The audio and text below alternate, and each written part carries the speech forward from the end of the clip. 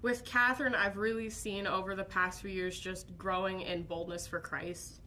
And she's always wanting to meet new people and really get to know people and really get to know people in the youth ministry she doesn't know, even people she's never seen before. And she's always very including. She's not going to leave anybody out. If anyone's sitting on the side, she's always going to be like, hey, come do something with me. This year in particular, she's being a senior in the youth group. She has reached out to the incoming freshmen because she knew what it felt like to be new. One characteristic that defines Kathryn Hoover is definitely kindness. She's very loving and sweet to everyone she knows. Kathryn has just this natural ability to draw people out, and she has used that very effectively in context both within the church, within the community, and even to total strangers. She just is a merciful, tender-hearted spirit, and we have seen that grow and be utilized in reaching out to sort of disenfranchised and people who tend to hang back.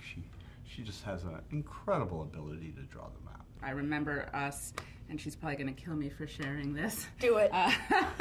But we were in the Lake Forest Mall, and she maybe was 3 years old, and we were walking, and she saw these two, girls walking along in the mall, and she ran up to them and stuck her hand in theirs because they were kind of swinging their hands like that, and they looked down, and there's this little 3-year-old holding their hand, and they're like, oh, hello, and she would talk to total strangers. I think in New York City once we found her sitting on a bench next to an older man. I'm not sure if she was talking to him about Jesus. I think she might have been. Yes, she was witnessing. Yeah. So Kathryn's always been like that, even from a little girl. She made friends with the hobo once. What? Yes.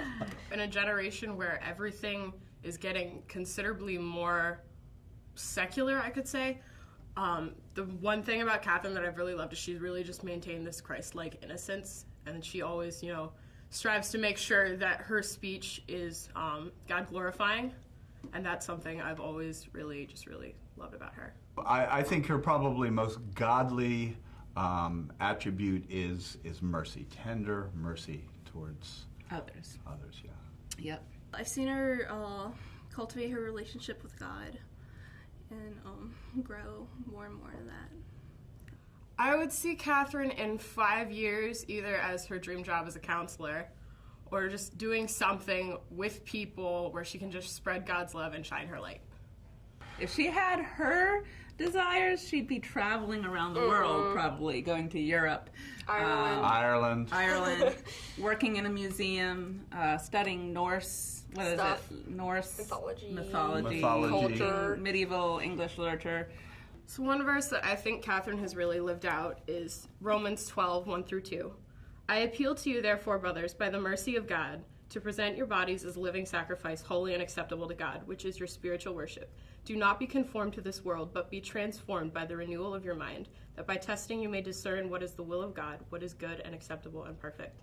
I just want to say, Kathryn, I love you, sister in Christ, and I can't wait to see you play in the future, see how you grow up. Be nice. Be nice. Be nice. I'm your advocate, Kathryn. I am here to make sure that they are nice and not too goofy. Well, that's no fun. And we love you, honey. I would be saying to Kathryn that just persevere, stay the course. You will be successful. I know from the bottom of my heart. So trust in the Lord with all your heart. Lean not on your own understanding, but in all your ways acknowledge Him, and He will make your paths straight.